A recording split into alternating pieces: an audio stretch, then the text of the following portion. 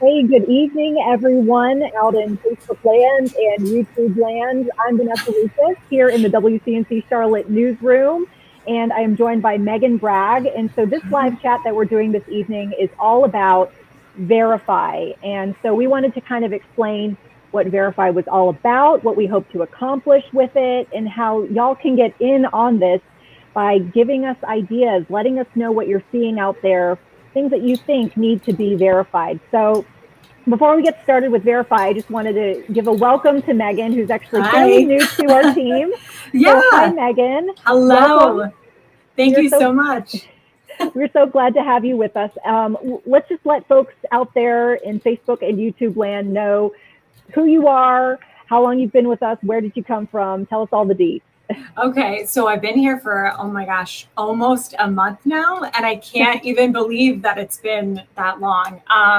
So I'm originally from upstate New York, and I was actually there in Syracuse, New York. I was anchoring there. Before that, I was in Fort Myers and Nebraska and overseas. So I've been a bunch of places, but I'm super excited to be here in Charlotte. My brother and sister-in-law just moved down, so I have family here, which is really, really nice. And I am so excited to be a Verify reporter. I think it's been so much fun so far, and it's been so interesting. I'm learning so many things every day, different facts, and we really, really would love to hear from you guys and have some ideas come our way, because we've had a bunch of great ideas. We just want to keep that ball rolling. So super excited to be here in Charlotte. I love the weather. The weather is beautiful. It's so nice. I needed to get away from that snow up in upstate. I'm just too much for me, So yeah, I could totally understand. I say this coming from Florida, where the weather is great, but it can be pretty hot sometimes. Absolutely. So I can understand where you're coming from. Shout out to all my Florida friends, though. I love you. Yes. I can't. But anyways, we're here to talk about Verify, as you mentioned, and we mentioned the concept of folks coming to us with ideas. So there are so many different places where we get these ideas from. Some things we kind of come up with on our own. If we see something out there, usually it's on social media. Maybe we just hear a lot of people talking about it. But I think it's great to have folks just maybe think about something that you've seen on social media, right? So this could be somebody saying something about the vaccine, about COVID-19. I say that because that's obviously a pretty prominent topic right now. But Meghan, you've done stories where it's very local, very like Charlotte centric. And so talk about, if you could, some ideas that have come across your table. Absolutely. And that's what we're really trying to do here, because we can verify so much, right? There's so much out there. There's so much misinformation out there too. But I think it's also great that we are taking a local stance on this and really trying to bring it back into Charlotte, Mecklenburg County, South Carolina, even North Carolina, everything like that. So one thing but speaking on social media, we did see a post that was going around, and we're going to actually show this story that we recently did. It was about Steak 48. And I don't know if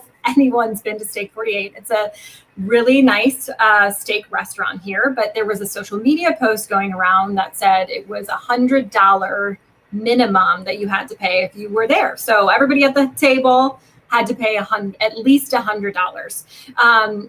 But that's not necessarily the case here. And we found out some information. So here's that story, and here's how we verified that story for you.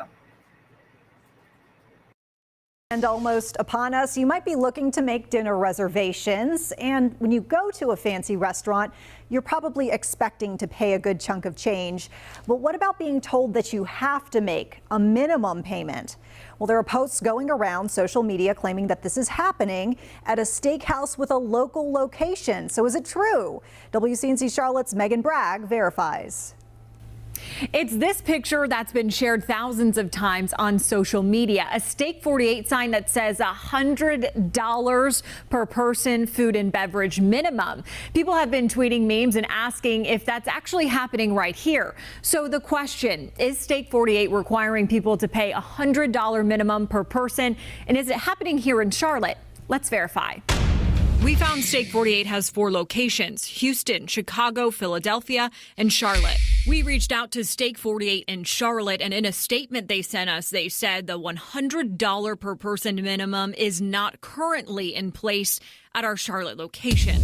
When we looked on their website, we found that the Philadelphia location and the Chicago location had this posted in bold letters. There is a $100 person food and beverage minimum. So we can verify that some Steak 48 locations are indeed requiring a $100 minimum per person, but not here in Charlotte. With your Verify, I'm Meghan Bragg.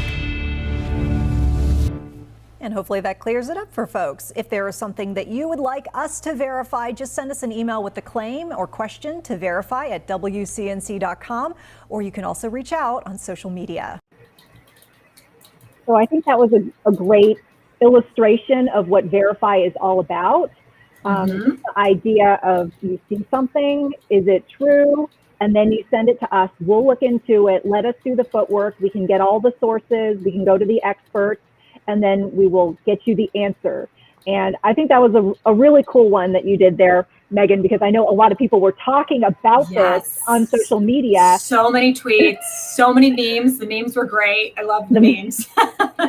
Yeah, and this is, I feel like the answer that you got for this Verify is something where we kind of see this a lot. I feel like where it's kind of true, but it's not completely true, or it needs context, and that's what we needed in this situation where we found out, well, in Charlotte, this isn't happening. Exactly. So. And it really is as simple as that. If you see a picture like that is going around and you're like, hey, is this true or not? I mean, it's great to just ask us. And I mean, you don't even have to do the legwork. Like, we look into it. So that's nice. Yeah, absolutely. So that was a great example of a local Verify, hyper-local. We wanted to talk about, some other avenues that folks could go down if they were interested in other topics. And I didn't know if you wanted to talk about, that big pipeline shutdown that we recently dealt with, and the Verify that you ended up doing that kind of was generated from this specific incident that happened. Right. And the pipeline, obviously hit our area that really big. I mean, we saw those long gas lines and all of that. So we really wanted to look at gas prices, and gas prices. If you went out this Memorial Day weekend and you were on the road, you saw that they were high. And so we wanted to know if it was because of the pipeline. And so we looked into that, and here's that story. So the question, is this month's earlier shutdown of the Colonial Pipeline the reason we're still seeing these higher gas prices? Let's verify. Our sources, data from AAA and Gas Buddy Head of Petroleum Analysis, Patrick Dion. According to AAA, more than 37 million people are expected to travel this Memorial Day weekend, with 12 million more Americans traveling by car than in 2020. The Colonial Pipeline hack in the beginning of May shut down the pipeline, and according to Gas Buddy, at one point, 80% of gas stations in Charlotte were without fuel. So there's been a recovery in both outages. They've come down. Prices are starting to come down. Dion says 1 in 5 gas stations in Charlotte are still without fuel because of the Colonial Pipeline shutdown. But is that the reason for the higher gas prices? So this is the most or the highest prices have been in Charlotte on Memorial Day weekend since Memorial Day weekend of 2014. But without the Colonial Pipeline issue, we likely would have seen prices just below where they were in 2018. Dion says because of the pipeline issues, the price of gas is now 20 to 30 cents more than what it normally would have been this weekend. This year, gasoline demand is up 43% from a year ago. That is what's driving prices higher. And then add on the fact that the Colonial Pipeline outage happened, and that is why we are paying so much. So we can verify that gas prices are higher in Charlotte this weekend because of the Colonial Pipeline shutdown. According to Gas Buddy, it may take a few more weeks for prices to come back down. With your Verify, I'm Meghan Bragg. All right, another great piece there, and that's just an example. We talked about going to the experts. Sometimes it's not just, diving into like a big like book of law and like looking what the legal definition of whatnot is. This is like going to an expert. Sometimes you need that extra context and that knowledgeable person to weigh in on a topic. And so that's the sort of thing, we're hoping people think about too, if they're, trying to come up with like, what sort of claims have I seen out there? These are the sorts of questions that we can answer. And I did want to point out that we're already starting to get some comments. So we really appreciate everyone who's dropping some ideas in our chat. Looks like Cheryl has a vaccine question, which, we've certainly got plenty of those over the pandemic course.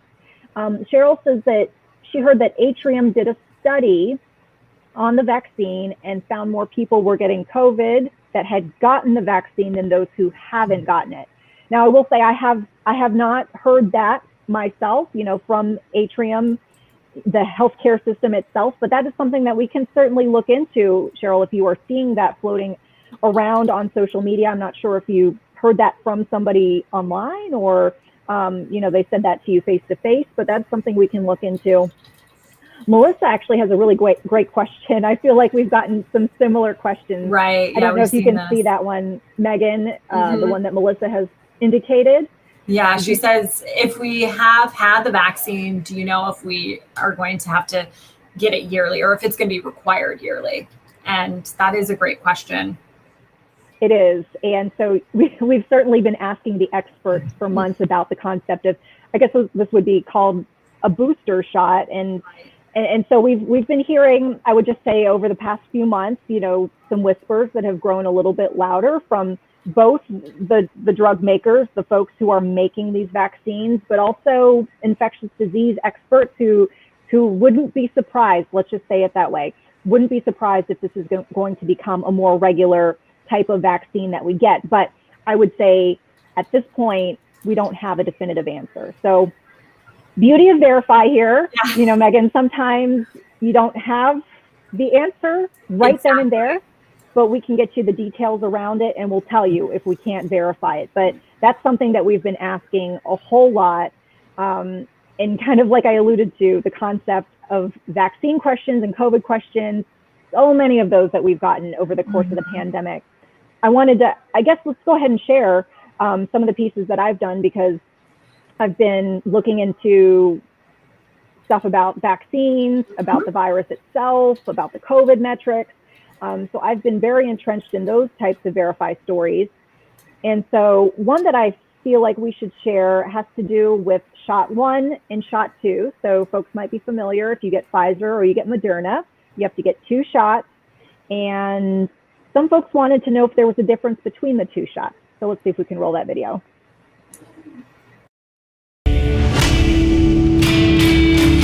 Both Pfizer and Moderna vaccines are roughly 95% effective in preventing COVID-19, but we know that you need 2 shots to get that full level of protection. So here's the question we're verifying. Is there a difference between dose 1 and dose 2 of the currently approved COVID-19 vaccines? Our sources here are South Carolina's interim public health director, Dr. Brandon Traxler, and the manufacturer's instructions for the 2 approved COVID vaccines, Pfizer and Moderna. First, the Pfizer and Moderna instructions. Both say to space out the doses, Pfizer 3 weeks apart, Moderna 1 month apart. But there's only one set of instructions for each vaccine. Give 0.3 milliliters of Pfizer's and 0.5 milliliter of Moderna's. There's no difference in the instructions for dose 1 and 2. Now, what about chemically? They are exactly the same in terms of the chemical makeup and such of them, but what they do and their function is a little bit different. Dr. Traxler says the function of dose 1 is that of a primer. The first dose gets into your body and primes your immune system, so gets it ready and gets it started making antibodies and producing that immune response.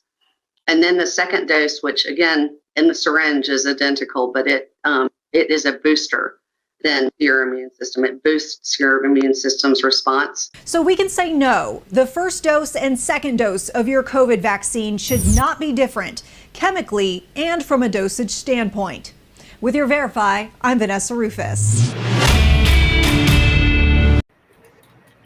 First of all, let me just say I had pandemic hair in that video. I was gonna say you look great. You popped up. I'm like, girl, look at you. The lighting was everything. My backstory. I'm sorry, I'm going to bore everyone with this, but I couldn't get my highlights done, so I was. I thought I really liked your hair, honestly. I'm not kidding. You popped up. I was like, okay. Oh my goodness.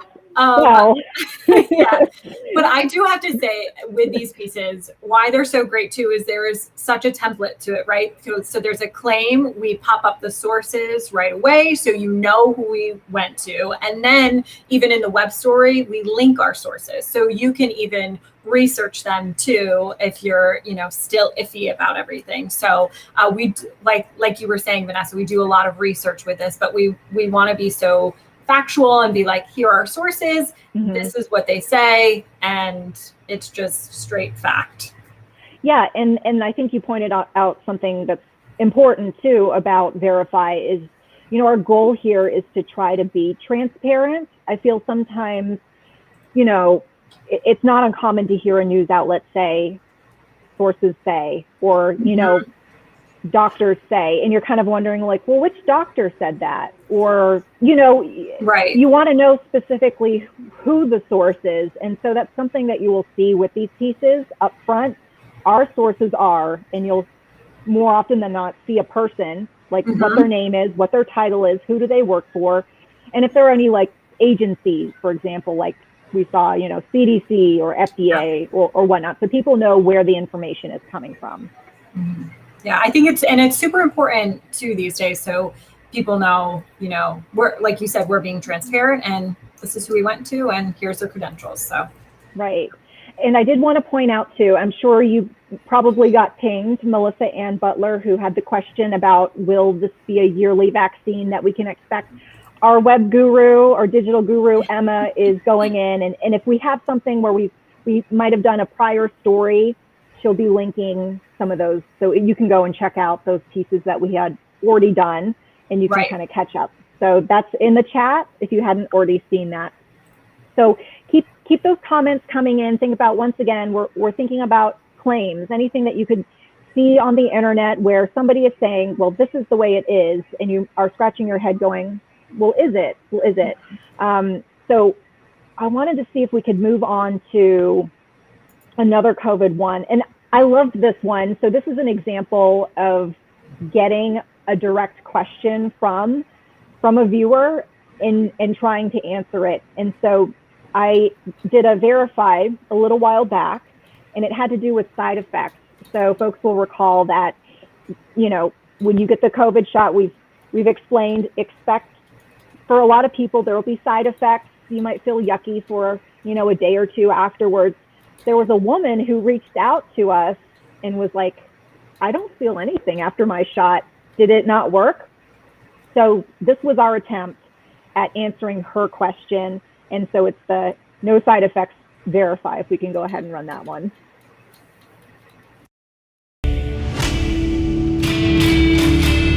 This question comes from Carmen Christensen. She's in her 80s and recently received her second vaccine dose.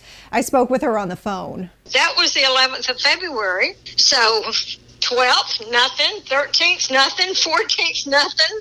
So I have had no side effects from either one of them. A refresher, the CDC says pain in the injection arm, plus fever, chills, tiredness, headache. These are all normal reactions to the vaccine and signs your immune system is responding. So here's Carmen's question. If you don't have side effects, does that mean it's not working?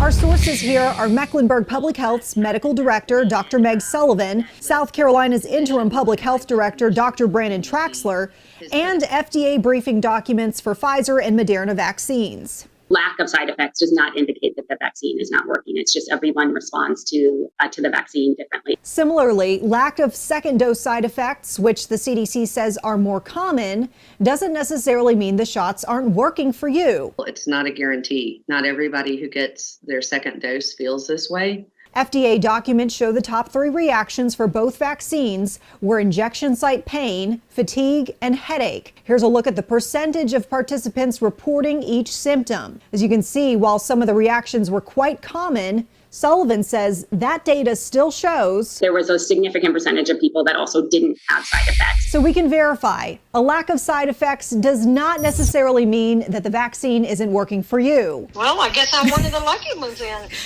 I'll look at it that way. That was nice. I know. So cute. I think that's perfect example. I just also wanted to say, me and my producer, our Verify producer, Spencer, we went out into the community and held up a little sign and asked what they had questions about, what everyone had questions about. And we got a few questions, but it's just as simple. Even if you don't see a claim, if you have a question, like we did a Verify the other day about a childcare shortage. And we verified that no, there's not a childcare shortage in Mecklenburg County. But a mom came up to me and was like, but I'm trying to get a nanny. I can't get a nanny anywhere. So we looked into that as well. And we found that it is actually harder to find a nanny right now due to COVID, pandemic, summer coming up. So even if you have a random question like that too, we would like to answer it. And if it's not a claim, yeah. Yeah, and I think that was a good point that, there's no question too big or too small.